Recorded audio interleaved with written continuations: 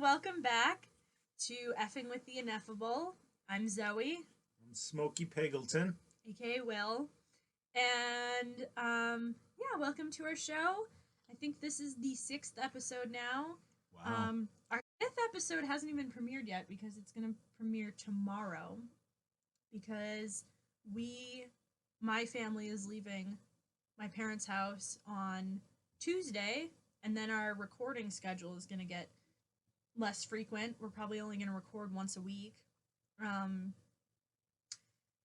So I wanted to space it out a little bit because I figured we would record today and maybe tomorrow, and then it's going to be once a week from here on out. So, Today is Sunday. Yeah. What's been happening? We went to church. It's the Feast of the Epiphany. So happy Epiphany to all, although you're not going to see this today. Today it was nice because I was able to tell my daughter, you have to pay attention at church and listen to what the wise men brought for Jesus, for baby Jesus. And she said, I think I know, in the car. She said, I think I know what they brought. And she said, did they bring Frankenstein? And we said, that's pretty close, actually. That Frankincense. sounds kind of like that. Yeah. So that was good. And then she was able to listen during church, and she heard the actual three things that they brought for Jesus. They opened up their treasure boxes and said, here you go. Yeah, so.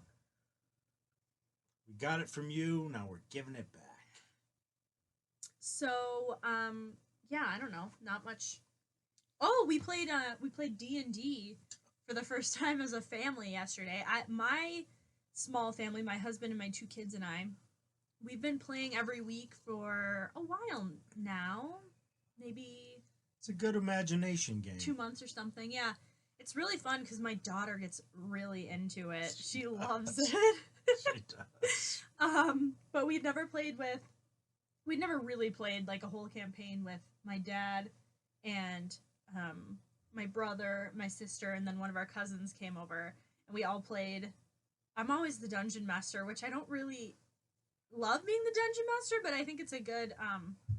She loves being the dungeon master. I don't actually. I'd rather play, but I think my husband has a easier. Oh, something on your cheek. I woke up with a scratch, with goodness. a big scratch on my face. Yeah. I think my she younger. Gotcha. Yeah, I think my younger one got me in the night. But anyway, my husband has a much better time like getting into the game and playing in character and all that stuff. And I think it's a good exercise. Being dungeon master is a good exercise in like creativity for me. Yagma, what is he? Yagma, the goblin. Dwarf goblin. Yeah, something like that. He's a gross character. He likes to eat rats that he catches himself and stuff. And my daughter's name is Power in the game. She created her character Power, who's always a little nervous about everything, but it was fun. It was fun. I kind of wrote Power ought to be exercised with fear and trembling. Yeah. That's the libertarian way to tie it back in. Yeah. So anyway, it was fun. At the end, everyone was chanting.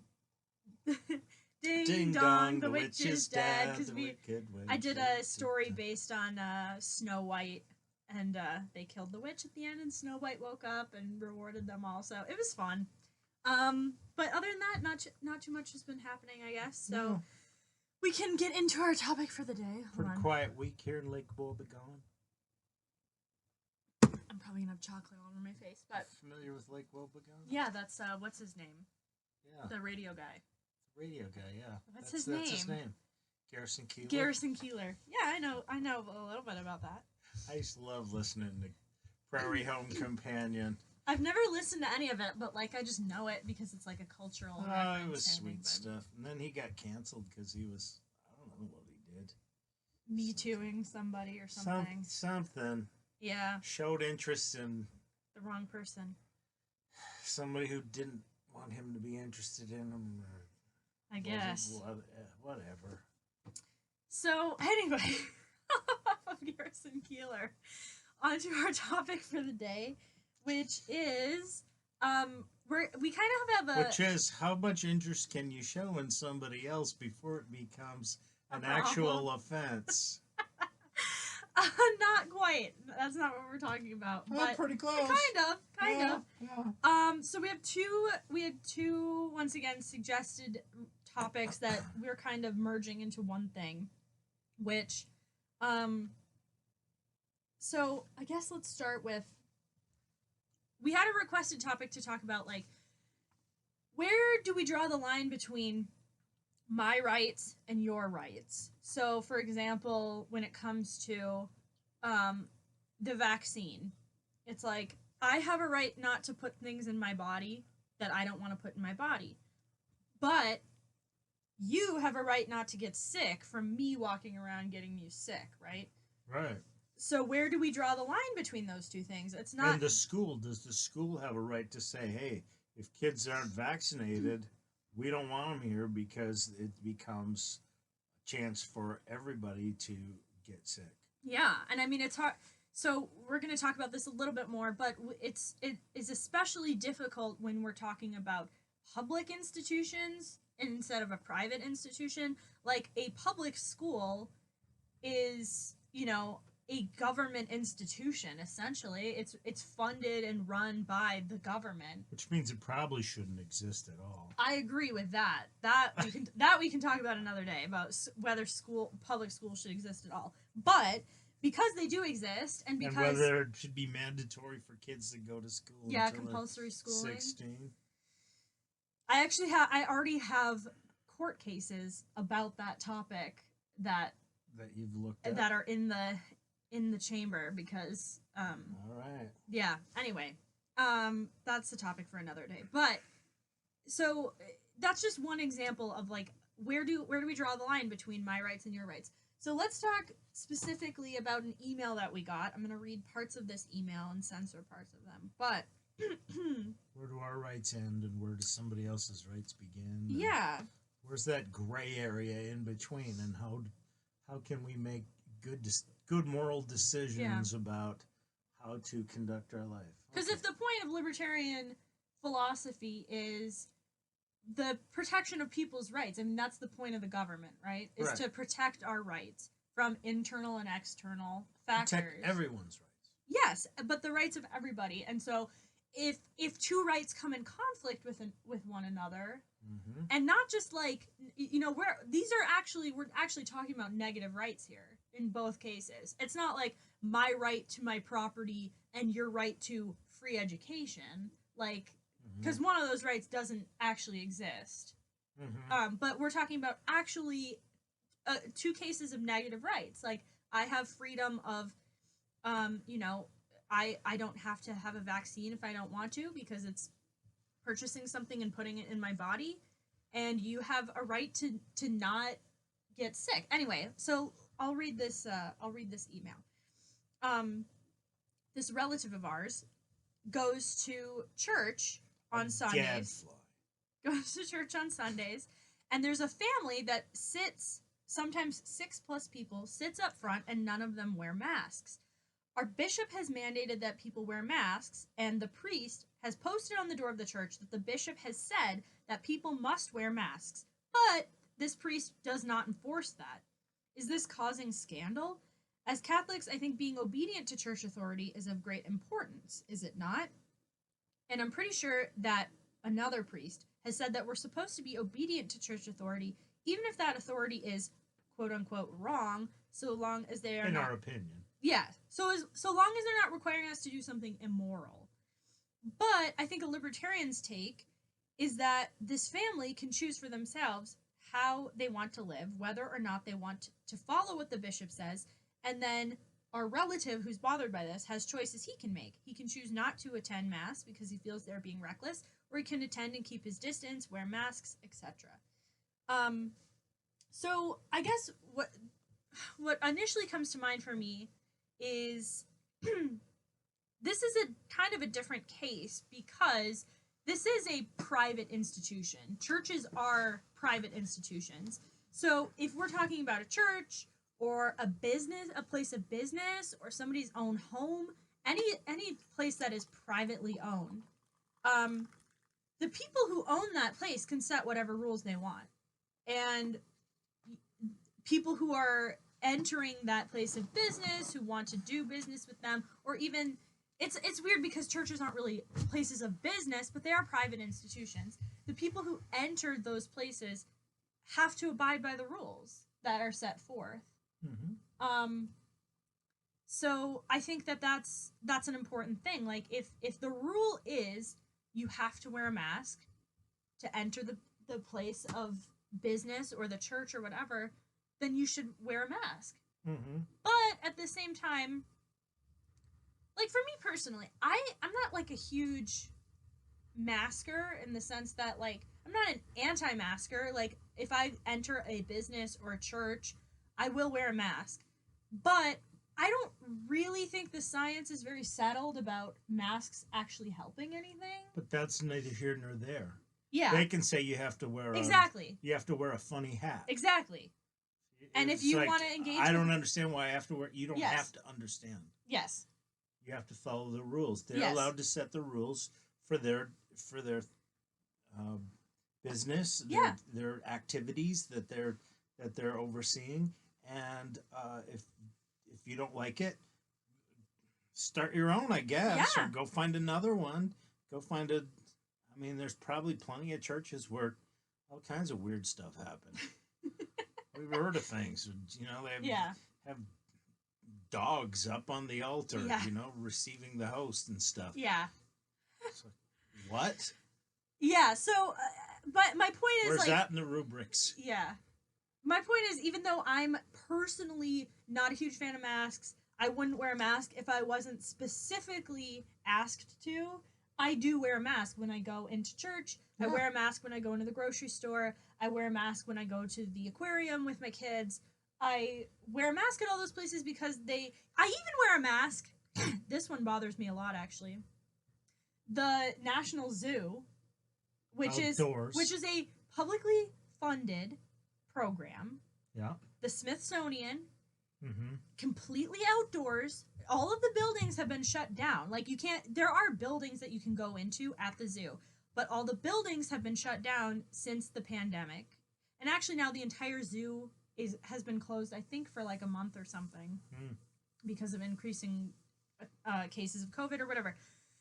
It really bothers me that I have to wear a mask outdoors, away from everybody else. It's like I find that ridiculous. It's like who am I protecting?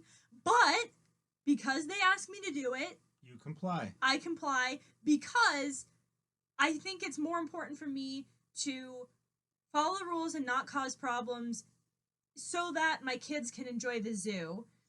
Mm-hmm. You know, when no one else is around, I might slip my mask down because I think it's ridiculous. But you know what? That is a fringe case actually because it's a public institution. It's run by the people. It's supposed to be for the people. It's run on our taxpayer money. And yet they are the lawful administrators of that. Yeah. And you are obligated to comply with their rightful authority to say, hey, if you want to come in here, this is how you're going to have to behave. Yeah. You can't go in there and say, I don't see any reason why I shouldn't jump over the monkey fence and go play with the macaques. Yeah. You don't have to see why. You just have to stay the heck on your side of the fence. So and if I don't like it, what are my options? I cannot go. Right. And we used to be members of the zoo in the sense that you pay a membership fee and then you can get stuff like free parking.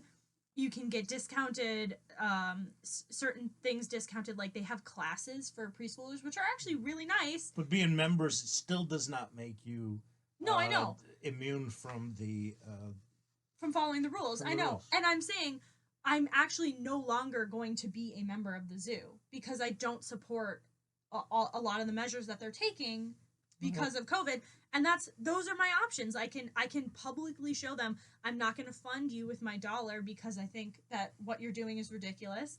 And I'm not going to go if I don't agree with you. So but you went all Pontius Pilate on them. You washed your hands. I say, do whatever you want, but I'm not going to be a part of it. You shook the dust off your shoes and Yeah. said, So I guess the point is, "You're gone, ye accursed." like when you enter a private place, especially a private place, you should follow the rules set up by that place. That's the point we're trying Private to make. or public, any place, Yes. any place where there things are posted that say, "Hey, this is how we expect people to behave themselves when they're in here." When you go into the library, you know, you don't go in there and la la la. Yeah. People are trying to, you keep quiet. That's part of the deal. If you want to go sing, this is not your auditorium. Go. If you want to sing out, but sing out someplace else. But I guess my point is, like, I do have a more of a problem with public institutions making these rules that not everyone agrees with, because guess what? Everybody's paying for them. And this is why there shouldn't be public institutions in the first place, right? Because if you're taking my money to pay for the zoo, and then for you're things making that you rules don't agree that with, I don't agree with, or taking my money and doing even more insidious things like funding Planned Parenthood. Because really, you are the owner. Yes, I am the owner. So I should be able to. So that's my point. So you should be able to set the rules. Yes, but everybody's the owner, and everybody has different ideas about what the rules should be, and that's why I guess but my practically point is, speaking, everybody does not get a say in that. I know, and that's the problem. Well, that's not a that's a problem. That's a problem that needs to be solved in any kind of organization. Whenever there's more than one person, there's going to be disagreements. You know that between you and your husband, there's disagreements. You know, and you can't just say, "Well, this is my ball. If you don't play the game the way I want to, I'm taking it and going home." No, you need to find a way to work it out. Compromise, negotiate. I think those things work better in those situations where you actually have ownership of the institution that you're talking about. Yeah. But in public institutions, there needs to be somebody identified as the administrator. When I go to work, I have to answer to a chain of command. The highest in the chain, I suppose, is like the governor. The governor, yeah, and then whoever he appoints as being the head of the Department of Public Services. Because in case you're tuning in, et cetera. My dad works for a state-run prison, so that's why the governor is ultimately the highest authority for him. I guess that obviously I understand that we don't live in an ideal world. We live in the real world, and yes, I have to follow the rules even of public institutions, even if I don't like it. But the last thing I want to say on that is the idea I understand it rubs against you to say, well, you're going to take my money, but I'm, again, it's to some extent a taxation without representation. Some of the things that are broadcast on PBS. Yeah. Is that's governmentally public. Yeah. Public broadcasting station. Yeah. That communist Sesame Street stuff. Or like the gay but like honestly there was like a gay wedding on Arthur. Like a show made for kids, which I have no problem with like gay marriage. Yeah. But at the same time, I don't necessarily think that that's something that kids need to be seeing. Like, but once again, and yet, we live in a nation that is very diverse, has a lot of different viewpoints, and where do you draw that line? Where does where can you say, hey, I don't think there ought to be artistic grants for people who are making urinals with crucifixes in them. Is that something that I want my tax dollars going toward? No, but other people might say they don't want their tax dollars going toward, a statue of Martin Luther King or Yeah. something, and I say, hey, Martin Luther King, awesome guy. Or once again, like going to an even But that is why a lot of those, that's why there needs to be real structures about what the government should be involved in at all. Yeah. Should the government have a zoo? No. Should the government have a museum? No. Should the government have a library? No. Should the government be running the schools? No. What should the government be doing? The bare minimum. Yeah. Should the government be funding, once again, should the government be funding Planned Parenthood? Something that I would say probably... Do they have the right to say, we will come with guns to take your money if you don't give it to us, because we want to give it to Planned Parenthood in order to fund abortions? Because that's what taxes are. And I would have to say, I don't think that's right. Yeah. I don't think that's just. Yeah. It's not a just way to run things. And some people might be like, I want as many abortions as we can get. Go ahead, spend your money that way. Yeah. You should be able to choose if I want to support agencies that promote adoption, that should be my choice. Yeah. If you want to support agencies that promote abortion, that should be your choice. We all need to have our own choices. But as soon as the government starts making choices for us, like I said the other day, every choice the government makes is basically one less degree of freedom that we have in our life. And that's why we should not allow the government to be making a lot of choices. Yeah. Anytime that the Congress is in session, our freedoms are in danger. Yeah. So I don't know. I do think that like when we didn't really get to the individual. Where do my rights begin and where do your rights end? What do you think about that? Well, I mean, it's hard because, like, if I'm just going on pure instinct when I think about, like, just off the top of my head, when I think about the question of, like, well, I have a right not to get a vaccine if I don't want, and you have a right not to get sick. It's like, well, yeah, you have a right not to get sick, but the way that you can prevent that is by not... Whose obligation is it to exercise that right? Yes, and protect that right. Is it my obligation to exercise your right to not get sick? Yeah. Then we start to get into the slippery slope of, to what degree should this, should the state protect? Should I be my brother's keeper? And should we start being nannies to each other and saying, hey, put down the big slurp, bro, and walk away. Yeah. That is really bad for you. Because once again, too much caffeine and sugar. It's like I have a right to life, right? I have a right to not have my life taken away from me. But if I decide to drive recklessly and not wear a seatbelt, then that's putting my right to life in danger. And so then it's easy for the government to come in and say, hey, that's really endangering your right to life, and we have a job to protect your rights. So now you have to wear a seatbelt. And it's like, well, I don't agree with that because... And if I decide, hey, I heard this fentanyl is one kick butt drug. I want to take as much of that as I can and just blow my head up. Okay. Have at it, man. I hope you understand what you're doing. Yeah. I hope you're making a conscientious choice, an informed choice about stuff.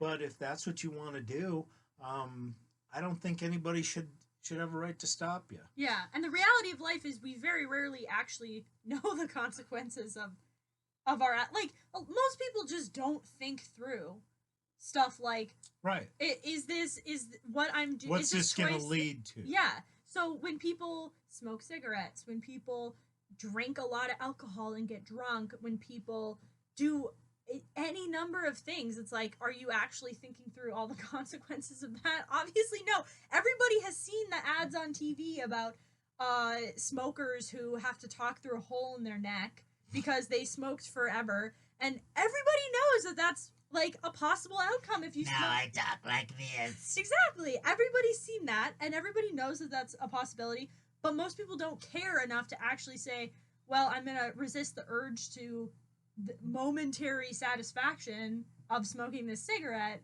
in order to preserve my life in the future. Well, and addictions happen. Yeah. Addictions don't happen to people who don't use things, though. Of course. That's the problem. Yeah. If you play with fire, at some point you might actually be set aflame. Yeah. And then you got real problems. So you're best off not playing with fire at all. But if people want to play with fire, if people want to, whatever. If have at it. We've set before you fire and water. Yeah. Life and death. Choose life that you might live, but you want to set yourself on fire? Nobody should have the right to stop you. Yeah. From setting yourself on fire if that's what you want to do. Yeah. It's hard, I do think that like it's hard to just draw a straight line and say this is always where you draw the line between my rights and your rights. Right. Like I don't think it's not like a cut and dry black and white kind of thing. And when should the actual age of majority, when should you have the rights of an adult in an adult citizen? Where should you have that right to be able to do that? And people's ability to restrict you stops. Yeah. Where does childhood stop and adulthood start? That's a tough question too. Of course. And I think it's actually good that, as far as I'm aware, the states are pretty much free to choose a lot of that stuff, as far as like, the age of consent and age of like when you're allowed to get married, even drinking laws. Right. I'm pretty sure there's different ages across different states about when you're allowed to drink. Right. When you're allowed to I don't know, like buy a gun or something. I don't even know. Yeah, I think the buying a gun, a lot of that is federally, so under the Bureau of Tobacco, Firearms, the ATF, alcohol, explosives, everything that makes life worth living. This bureau wants to regulate. My husband has a friend who, he has like a personal vendetta against the ATF. Uh-oh. He hates them like with a passion because he works for a gun manufacturer. Like he makes guns for his job. Really? And he thinks that like the ATF is absolutely evil. He says everybody who works for the ATF is like straight up evil. Which obviously that's a little extreme. I disagree with that, but I do like obviously think the ATF shouldn't exist. But I just think it's funny that everything he posts on social media is like, I hate you if you work for the ATF. Anyway. Yeah, ATF. That's an important question because, I mean, that kind of feeds right into what we're talking about is to what degree does the government have an obligation and a duty to protect us from potential aggression? Yeah. I don't know. Potential aggression that's difficult. Well, and it's everywhere. And we talk yesterday about speech? Is speech? Yeah. Yeah. It's and to what degree that speech is potential aggression. Yeah. It's not usually. Yeah. And it's difficult to decide when it is. Well, and this is the problem some with the people non-aggression. Make threats that are hollow. Yeah. And some people make threats that are legit. Yeah. And this is the problem with the non-aggression principle, which is a principle that a lot of libertarians hold to, which is anything is okay as long as you're not aggressing, right? Right. As long as you're not actively obstructing other people's ability to live their life the way they want to. Yeah. But see, Austin Peterson, once again, who we talk about every episode, he has said, like, here's a good example of where the non-aggression principle, like, breaks down. If I have a child and I neglect and starve that child and that child dies. You have not Have I aggressed against that child? No. You haven't actively gone out of your way to injure that child. Yeah. But you have not met your obligation to care for the child. So therefore, like, and I think that probably most libertarians would agree that, like, child neglect is wrong. Hopefully everyone agrees that child neglect is wrong. But I think even most libertarians would agree that maybe child neglect should be illegal. I don't know. Do you think that child neglect should be illegal? Illegal in terms of the government. There ought to be a law against that, and the government ought to have then the authority to step in and say, you are not being an adequate parent, and we are going to, in the interest of this child's right to have a life, liberty, and the pursuit of happiness, we are going to make sure that you don't neglect them to the point where they die. And I think so. I guess baseline, like, because the child does have rights. Yeah. Where do parents' rights and the state's ability to start to get into those rights and start to limit those rights and actually terminate parental rights if situations exist on a long scale? Those are tough questions. Yeah. Once again, we've talked before about how child protection services and stuff, you know, that is it's so hard because it's like a lot of times, once again, you go in with the intention of doing good and you cause more harm than you intended. Sometimes. And sometimes it's necessary. Sometimes you rescue kids that otherwise might have died. Yeah.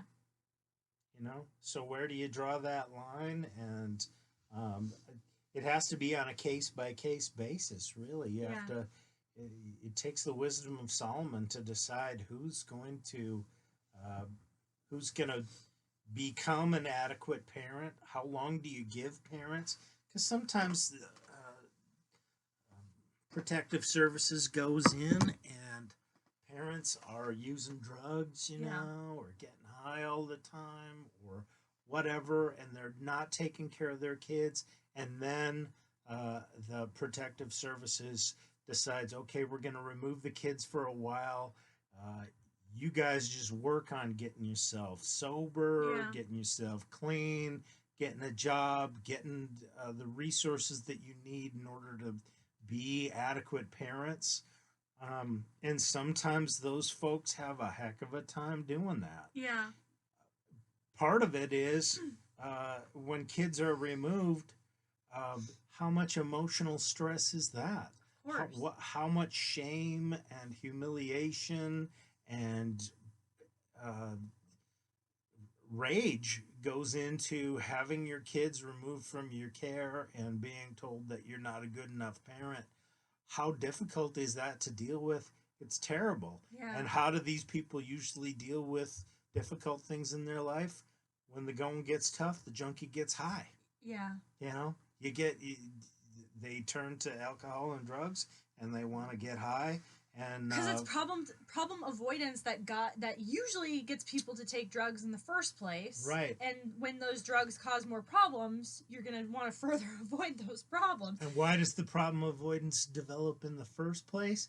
Because people have usually had traumatic experiences in their childhood that have made them almost allergic to dealing with stress. Yeah. They get into situations where there's unmanageable stress, they're overwhelmed, and they just learn that the only way to deal with stress is by going ostrich on it. You know, you hide your head in the sand and you try not to face it, you try not to deal with it because it's insoluble, and because, you know, when you're a kid, you don't have the coping skills or the degrees of freedom to be able to make decisions about how to handle these situations. Yeah. So those so-called ACEs, those adverse childhood experiences that people go through are just devastating because it sets people up for a lifetime of problems. Yeah. You get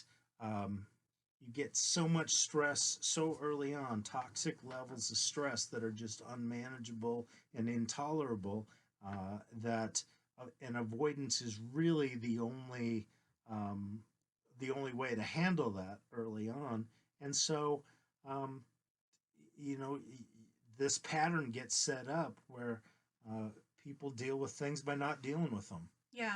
Well, and not only do people have childhood trauma that causes them issues, but if you read The Happiness Trap, which is one of my dad's most recommended I books, do like and that. I like that book a lot too. He talks about how even people who don't have like huge amounts of trauma, very few people are taught like good coping skills as children, but like, at any point in your life, most people aren't taught like how to cope with negative Hmm. emotions or reactions or whatever.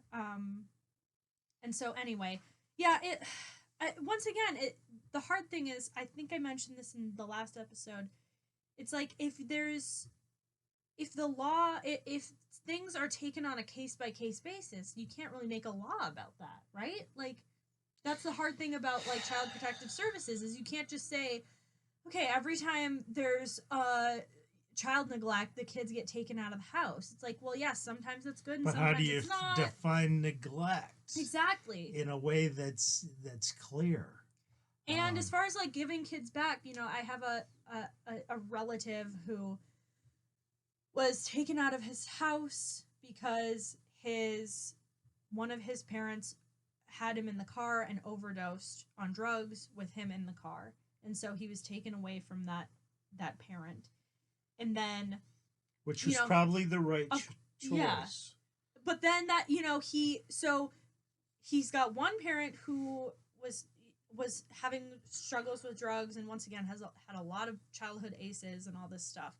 But they took the child away, put him in foster care, and then this parent who overdosed with him in the car cleaned up her life, completely got sober, got her child back, was doing great, and then but the this child's father was also doing drugs, but never cleaned up his life, never got his act together, is still, a mess of a human being and is having problems. So it's like, and they weren't together at the time. And anyway, it's so complicated. I don't want to get into it. But the point is, it's like, if you make the blanket statement that, like, a parent who is doing drugs shouldn't have a child in their possession, it's like, well, like you said, one of these parents was able to clean up their act, get completely sober, and be a good parent to this child after they got their child taken away. And the other one was not able to do that. So it's like it's just not easy. It's not easy. It's not cut and dry as to. And it's very difficult to predict which parents are going to be the ones Yeah. that are going to pull it together.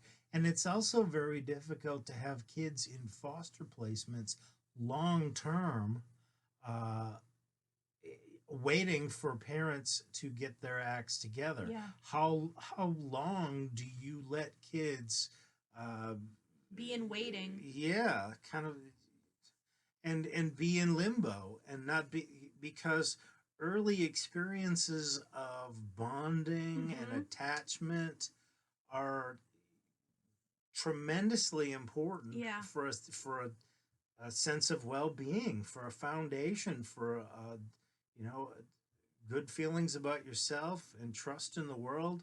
uh, those are tremendously important. And so how long do you allow parents to kind of thrash around Yeah. without before you say, you know what, your kid deserves a family, and your kids your kid's right to have a functional family now outweigh your right to um, be Get their your parent, child back. to Yeah. be that family Yeah. any longer. It's funny you say that too, because this child is now only 6. He just turned 6 like 2 months ago. And he's got a great family. And he has a great family now, and he's been with a great family for 2 years now. But it's interesting that even when he was like 3 years old, he says, like, I have another grandpa who took me fishing and stuff. Like, he has memories of this family that he was with even as a like 3-year-old, like a his foster foster family, he says, like, I have another grandpa who took me fishing. Like, he has ties to this foster family, even though he wasn't even with them that long, and he was quite young. And, like, who knows if he'll actually remember Do that. they stay in touch? Or I don't not think really? so. No. I don't think so at all. That's But it's like that's very difficult Yeah. too, because all those broken attachments. Yeah. That's hurtful. Yeah. You know, it's like the analogy of you can only use the tape so many times before it loses its ability to adhere at all anymore. And so every time you rip that tape off, it's going to be a little bit less likely to be able to have attachments. And that's how we create individuals who have very little fellow feeling, you know, sociopaths and, you know, antisocial folks who just can't seem to relate to or take an interest in other people because they feel that there's no lasting value in that. Yeah.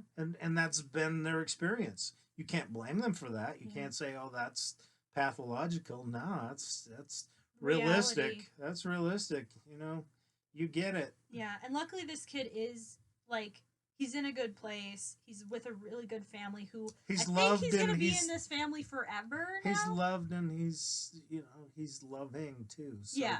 It's good. Yeah. It's good. So anyway, there is a happy ending, but of course it's just a mess. And anyway, so let's, I guess let's talk one more time about, like, as far as, like, if somebody is going into a private place and not following the rules, you know, like, what do you think should be done about that situation? Like, if situation? I want to go into the Dollar General and the security at the door says, hey, you can't come in here if you don't have a mask on, what should I do?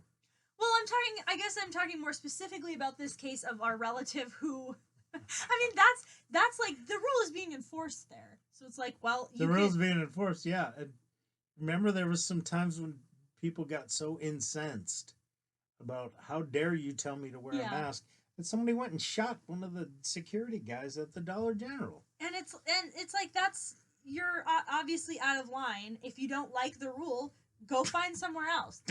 Don't shoot somebody. Yeah, there are places there. I'm sure you can find places. They're probably not advertising it, but I'm sure you can find stores even now that don't require you to wear masks. By the way, I went into a store. I'm not going to call out who they were because if they want to do this is their prerogative. But I went into a store a couple weeks ago here, and there were actually several people just not wearing masks at all. And they have the signs posted saying, if you come into this business, masks are mandatory. But there are several people walking around not wearing masks at all.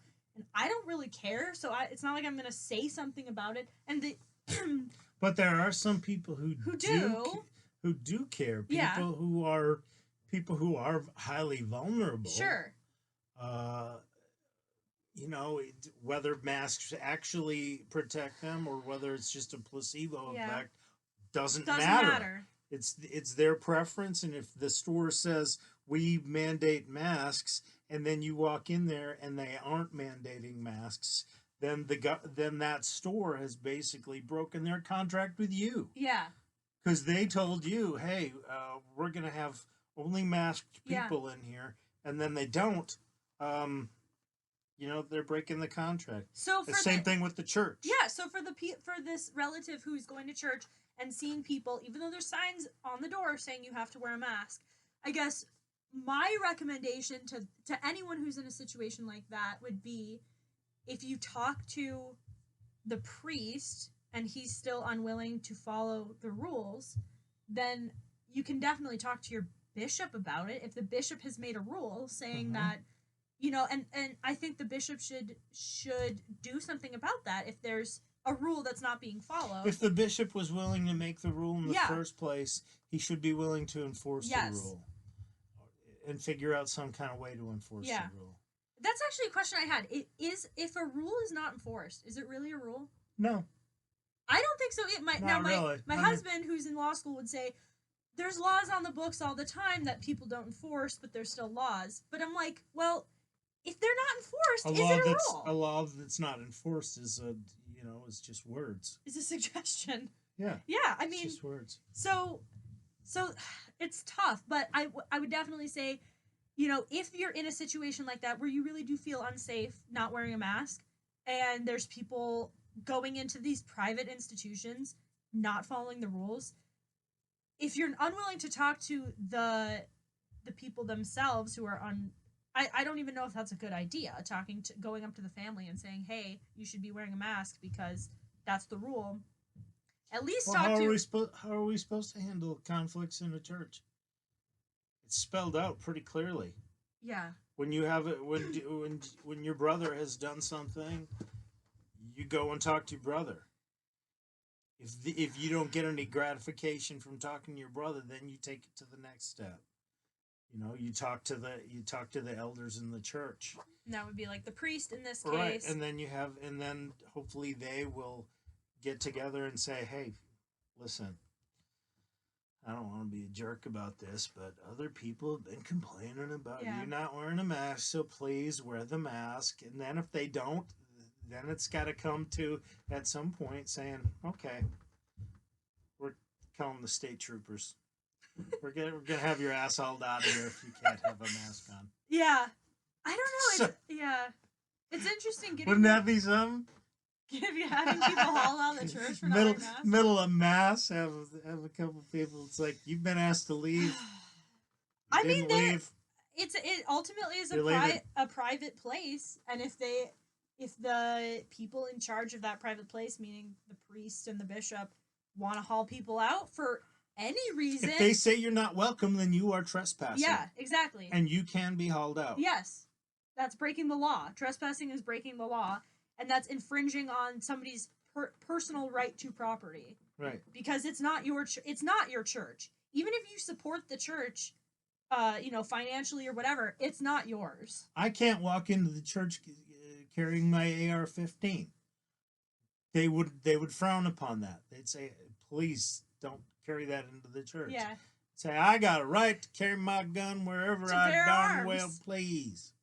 It's like, yeah, but not in here. 'Cause We this got is a private we got a place.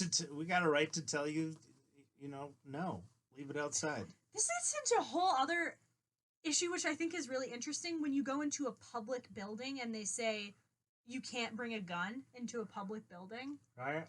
I think that's an interesting No, I don't think it's a problem. saying that you're not allowed to bring a gun into a public place. Right. If you feel like you have to have a gun, don't go into that public place. That's true. You know? But at the same time, we have a constitutional right to bear arms. Yeah. And that's important. Like, think about... We have a constitutional right to bear arms, but that doesn't override the property rights of whoever is in charge of that property. Whoever has the... I can say, no hunting on my property. Okay? And I can enforce that. Yeah. And so if somebody walks onto my property with a gun, I can say, "You're not welcome here." I know, but I'm talking about public places. Same thing with the pub. Well, I'm talking about we like talked library. about the public. I know. There's administrators of that I know. who have to be in charge of that. Yeah. I can't walk into the prison and say, "Oh, I don't care what the warden says. State dollars are paying for this place, so I'm gonna carry a weapon in." No, you're not. Yeah, I know. I know, but I'm just saying it gets back to the whole issue of having public places in having public places just period. I mean, besides like, military bases and police stations and whatever. Places that are meant for public use, like libraries and schools, and saying you're not allowed to bring a gun. I understand this is ground that we've already covered. Is there anything else we should talk about? I mean, I feel like we never really answered the question of where do we draw the line between your rights and my rights. It's a case by case basis. It's a question that can't be. It's a question that can't be just answered, except to say, I think that more people in general need to take accountability for their own protection of their rights. So if you feel like I have a right not to get sick, that is true, but only so far as you take the responsibility to protect that right yourself. Right. So if you don't Other want to get people sick, don't have to go out of Yes. their way to protect your right for that. yes. So Now, if there's a contract expressed by having a note on the door that says, you know, only masked people will be allowed into this building, and you walk into the building expecting that there's only masked people, and that's what you're only comfortable with, yeah. and then there's unmasked people in there, you got a problem with that property. Yeah. You got a problem with that business. Yeah. That you need to take up with them and say, hey, I walked in here expecting that everybody was going to have a mask and everybody was going to be essentially socially distancing. Yeah. You have arrows on the floor about which direction people should be walking. Yeah. It says that you should keep 6 feet apart. You know, unmasked people are breathing in my ear and trying to smooch on me. What the hell? And that's not cool. The good thing is, I mean, obviously this is a different case. We know that the place where this is happening, there's 4 Catholic churches within easy driving distance of this place. One of them, one of those churches may be more stringent about enforcing masking. And if you don't like the policy at that church or the lack of enforcement of that policy, you are free to go find another church.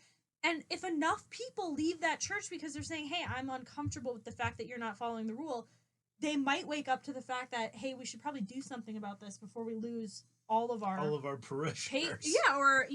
And same with a business. If a business is posting a sign on the door saying you have to wear a mask and is not enforcing that, and people get uncomfortable and leave because of that, they're gonna, like, when it's affecting their bottom line, they're gonna realize pretty quickly, hey, maybe we should actually enforce this rule or take the sign off and make it clear that masks are optional, but then you're at least gonna turn away the people who are expecting to go in and seeing masks, right? Mm-hmm. So, I mean, I know even in I'm trying to think, there's probably been 4 or 5 churches that I've gone to since COVID started, and some of them have been very stringent, like extremely stringent about masks and social distancing and stuff, Right. and some of them have been less so, and some of them haven't been really at all. And you're free to not patronize those places where the rules are making you uncomfortable. Or to go to the less stringent ones. Go through. If you feel like, okay, I only want to go to a place where they're not going to really make me wear a mask, where masks are recommended but not enforced. Okay. Because I actually kind of feel that way. Like, I feel like I'm fine with, protecting people as long as it's not taking away from, like, the sanctity of the Mass. When it starts taking away from the sanctity of the Mass, then it's like, what are we doing here? What are we even doing? Because the point of going to Mass is to celebrate the sacrament and the Eucharist. And when you start taking, it's like, this actually really bothers me at my parents' church. You are not allowed to receive the Eucharist on the tongue. You're not allowed to receive the Eucharist kneeling. At this point, yeah. That bothers me. That bothers me a lot. Now, it doesn't bother me enough to not go. It doesn't bother me enough to try to find a different Mass, because I know that I can't, actually. I hope we brought some clarity to this issue. I don't know. I don't think we did. I doubt it, but I think we talked about some important factors, though, yeah, that are involved in everybody's consideration of that. And obviously we are called to be moral people who are considerate of other people's needs and to take care of other people as much as we can. That doesn't give us the right to, impose our values on other people. Yeah. But it does give us an obligation to help take care of people to the extent that we can. And I don't mind wearing a mask. It's a minor. It's like a small muzzly hair shirt that I can wear as As penance? As penance for all the times when my mouth has done things that have offended people. Yeah. I can start to wear that, and I don't know. have a little penitence for Yeah. that. I guess I feel the ultimate takeaway is don't be a jerk. If a place of business has rules and you want to engage with business there, then follow the rules. Mhm. And at the And same if you don't time, follow the rules, you got to expect that there's going to be some blowback. consequence. Yeah. And at the same time, don't expect everybody else to accommodate you all the time. There, of course, like you have a right to life, liberty, property, your bodily autonomy, all that stuff. And yes, those rights should be respected, but at the same time, you can't have everybody make accommodations for you. And so, how far do you everybody get along? And how far? Well, get along, Try. but hold to your principles. Yeah. How far do you go in dealing with other people's disobedience to things in the church? There's a lot of rules in our church, and there are a lot of the so-called cafeteria Catholics who pick and choose the rules that they like to follow. Yeah. Like Mark Twain said, it's I'm not too concerned about the parts of the Bible that I don't understand. It's the parts that I do understand that I'm having a problem living up to. And if people are going to be disobedient to things in the church, I mean, you can judge that, and you can say, I don't want to have. You've shown me that you're not the kind of Catholic company that I want to keep. Yeah. So don't. Yeah. And if you feel like I can't endorse this, that it does become in some way a sacrilege. In some way, it becomes a scandal. Yeah. And you don't want to be involved in it. I don't think you have to decide for yourself if that's a scandal. Yeah. Talk to God about it. Yeah. Let your conscience be your guide. And is it a scandal? Is it disobedience? It looks like it's clearly disobedience. If it's written on the door and these people are capable of reading English and they see everybody else in the pews wearing masks, but they say, you know what, that applies to all the lesseroids, not to us. The hoi polloi have to follow that, but not us, because we're the kings of the church. You can say, you know what, if they're the kings of this church, I don't want to be. This is not a church that I want to attend. Yeah, I'm either going to find a different church or start a different church.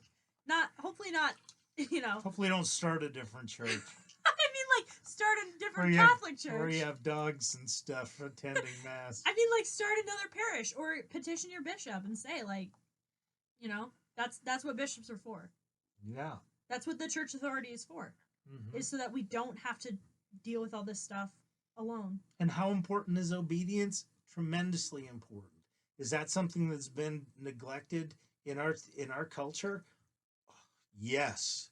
Yeah. Has the sense of sin and has the sense of respecting authority been lost? Oh my gosh, yes. Yeah. It's terrible. I mean, authority is hard, especially for libertarian people who are kind of naturally. It's hard on both sides. It's hard to be an authority because being an authority means you have to make judgments and you have to enforce judgments, and that is a tremendous responsibility and an obligation, and it's a lot of stress. Anyone who's a parent should know that. Like I've said before, it's genuinely hard being a good parent, what I feel is a good parent, because I have to say no to my kids way more than I would want to, and have to tell them, you need to eat your vegetables, you need to brush your teeth, you need to go to bed on time, when it's like... You need to follow rules. I'm setting these rules for your own good. For your good. And I'm not going to argue with you about them.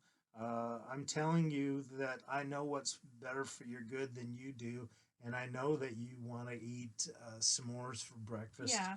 but it ain't happening. And when you're 4, I hear what you're saying, but I ain't paying. yeah, when you're 4 and you have a grandpa, not this grandpa, but This grandpa does it too. His dad above him, who says, "Let's go get an ice cream cone and Let's just go have some brown tea, i.e. cocoa. Yeah, cocoa Hot mix, chocolate. cocoa mix mixed into cold milk." You know, it's like, of course that's more fun than actually following the rules, and it only works because you are the grandparent and you're not responsible for.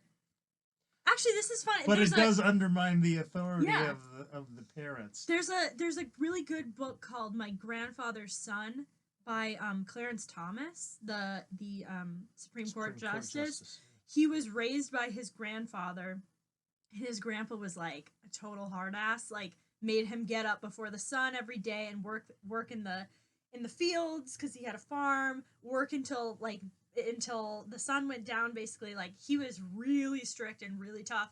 And then when he got older, Clarence Thomas had a son, and he would bring his son around, his grandfather, and his grandpa would just spoil the kid and like be, totally. It's like, where was this guy when I was? He said, like, why do you spoil him when you were so hard on me? He said, because I'm not responsible for your kid. Right. So I can spoil him. And I'm not the discipline for him. Exactly. He's like, I'm not responsible for him, so I get to be the fun parent that everybody ultimately wants to be. Everybody wants to be their kid's best friend. It is good to be a grandparent, I gotta say. Anyway. Oops, someone made a stinky. Here you go. Yeah. All right. Well, thanks for joining us. On that fragrant note. Yeah. I hope we didn't cause scandal. I hope we didn't cause scandal. I hope we help people to deal with scandal, and don't be too scrupulous. Don't be too judgmental. You don't know what's going on with somebody. Who knows why they're not wearing a mask? It may be because they're just flaunting the rules, or it may be because they've got, medical issues. Makes them break out, or they've got asthma and it's hard for them to breathe or whatever. Nevertheless, they should be. Yes. I don't want to shit on anybody's lives too much today. Yeah.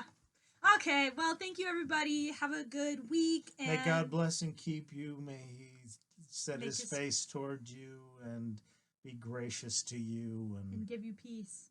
Grant you peace. Yeah. All right. Bye, everybody. Bye.